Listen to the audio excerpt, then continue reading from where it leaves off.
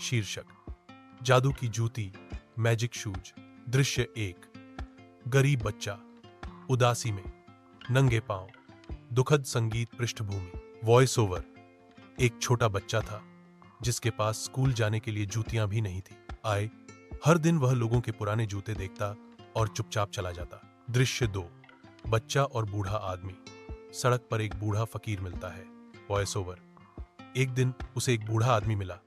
उसने कहा, ये जूतियां ले लो बेटा, ये खास है। बूढ़ा उसे चमकती हुई जूतियां देता है। दृश्य 3। जादू का असर। बच्चा जूतियां पहनता है, स्क्रीन चमकती है। Voice over. जब उसने वो जूतियां पहनी तो उसका चलना तेज हो गया। फिर उसने रेस जीती, फिर स्कूल की फीस मिली और देखते ही देखते वह शहर का सबसे तेज दौड़ने वाला बच्चा बन गया। दृश्य 4।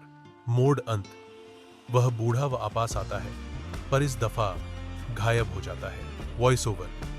जब उसने शुक्रिया कहने के लिए उस बूढ़े आदमी को ढूंढा तो पता चला कि वो तो सालों पहले इस शहर से चला गया था। 10।